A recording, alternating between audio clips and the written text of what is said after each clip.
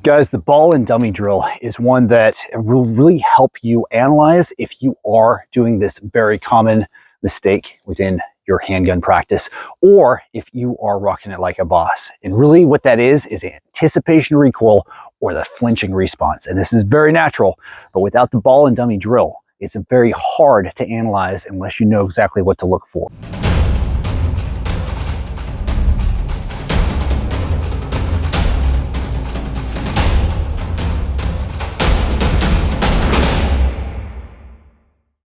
With it, it's going to stand out very, very clear. So first, let's go ahead and analyze how you can do this simulated with dry fire only. And really what we're going to do is try to analyze, is there any movement of the sights or the firearm as you're pressing that trigger? This is something we want to avoid and mitigate as much as possible. And how we can see how much movement there is both by watching our sights, but also we can use a training aid here of this spent casing or this brass right here, and we're just going to set this as far forward on the slide next to our iron sight as possible. And then whenever we're at full presentation, we fully prepped up that trigger.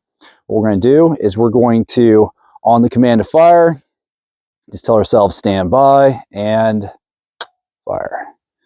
Right here, if there was any movement or variation, you would be able to see that really clearly with the case.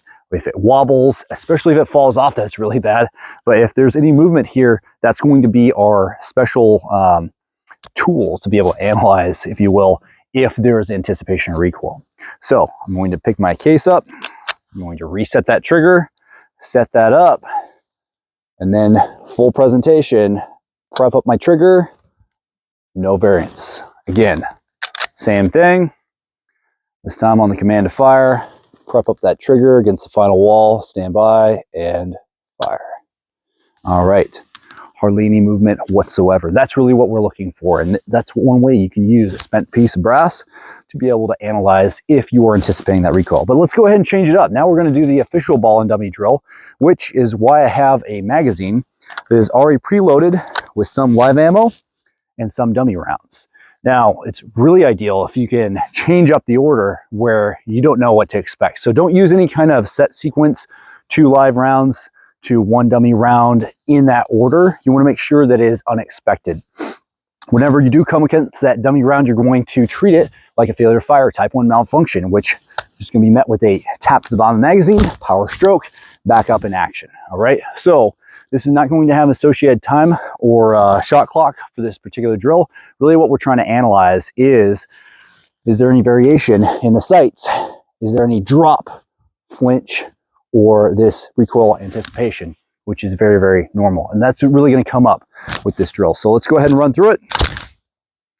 If you can have a partner load up the ammo for you so that you have no idea, so much the better. All right, guys, here we go. Nice, slow, and controlled.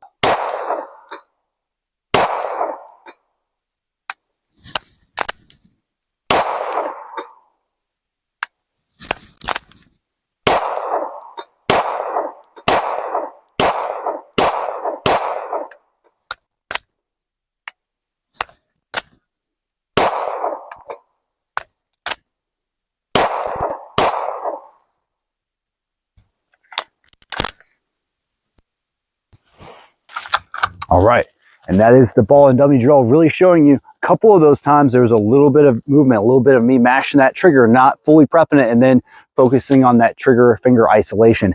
And this is something that you can use throughout your training to really analyze, not only from working with your partner, but also by yourself, just jamming those rounds with those dummy rounds intermixed to be able to analyze how much flinch response do you have and really try to isolate that trigger finger movement to negate any of that flinch response. Guys, this is the ball and dummy drill. Hope that helps.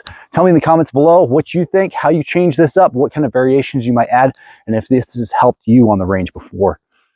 Stay safe, stand ready, be prepared.